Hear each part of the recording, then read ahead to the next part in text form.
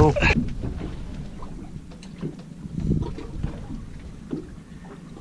Alright, so we've got this trag on off the reef today. So you catch them out in the water deeper than around the 30-metre water or deeper. They're like a Jewie, look like a Jewie, I know. But to tell the difference, just look at the tail. You see that it points inwards in the middle rather than out. So that's how you tell a tragline. Tragline is like an arrow inwards. The Jewie has the tail curving out. Also, you can see in their mouth, they're quite orange, more yellow around the mouth, and there's sort of a darker tinge to the front. Just many ways to tell, but the best way is the tail. So we'll fill it up. Just scaled it before, just so we can have a skin-on fillet. So place your fish with your dorsal facing towards you. Push this pectoral fin back, and then make an incision right behind the head there, and then back that way. So you've cut that side of the fillet there from the head. Then start down the bottom, cut behind the tail there, roll your knife around, and just feel where it's flat against that spine, and slowly guide take your time, and so guide your knife along the edge of the spine there, so you know you've loosened it up and you can see where the bone is there. So all you got to do now is start again from the top, from the tail, and then just glide your knife against the bone there like that, all the way along. You see, I'm just getting along that bone. So you're making sure that you get as much meat as you can there. Then when you get to the other side, you'll see that you get to the middle bit of the bone. You just flip your fish around, and then start on the other side, but pushing away. So start on the tail fin and push away from you there. And just glide your knife along the bone, along that bone. Loosen up the belly. Now that you've got both sides off, you can just work your way in the middle. Just pinch the back of the fillet here, between your thumb and your finger, and then just gently just push your knife there, and it will loosen the middle of the fillet up.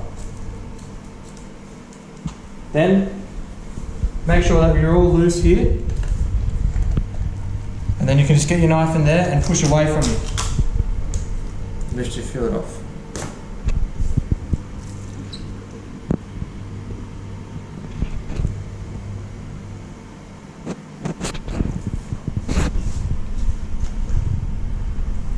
So then the other side, we're just doing the repeat process, but inverted. So start at the top, loosen behind the head, loosen that up, start from the tail, work your way down, along the spine. Remember just to keep your knife flat against the bone. That's the greatest trick, to make sure you feel your knife against the bone, and just let your knife glide and do the work. A sharp knife is very important, that's why we're using these Kershaw blades. Very easy to sharpen up, to keep sharp. Just keep working along the backbone there. The other side can be a bit tricky because the fillet is a little not sitting straight for you, and you kind of have to work your knife and keep it flat and trust your knife to do the job. Once you loosen that up, flip it over, work the other side from the tail again, just glide your knife along.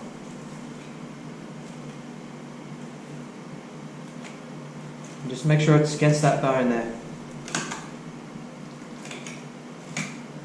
Once you've done both sides, flip it back over and just work your knife in the middle bone and loosen it up. Just softly pressing there to loosen it up, and then finish it with a slice against the bone.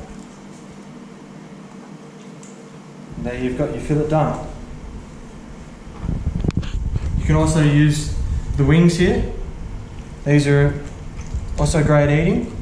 So you loosen this up between the gills. Get your knife in there and make sure you always cut away from you. Cut away to loosen that up.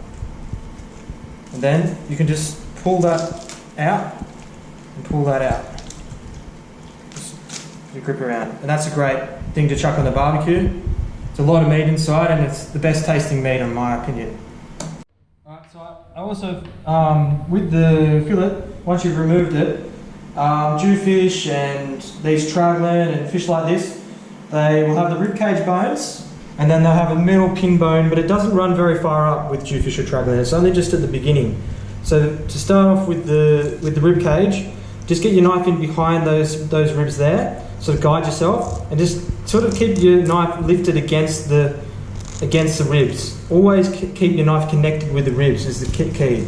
If you miss a rib or two, at least you're not cutting into the meat, you're cutting just the ribs off. So that's the trick really. When you get down to the bottom, sort of press your knife down against the bench and just sort of swipe away from you, and you'll get that last little bit of the rib cage there. Remember the bones down here are not very thick, so you don't have to be too worried about them to be very thick there, to be in the way.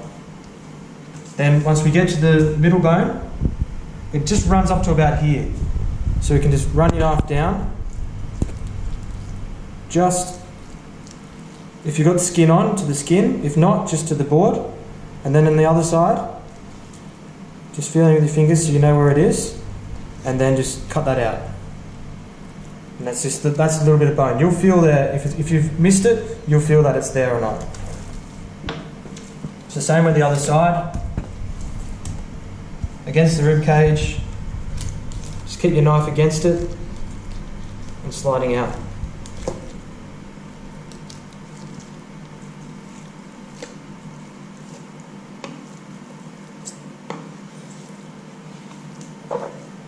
And then the middle pin bone there just runs up to there. You can feel it with your finger when you run your finger up. It's just up to there. So you slice down on one side of it and then on the other side. And then you just work your knife and you remove it.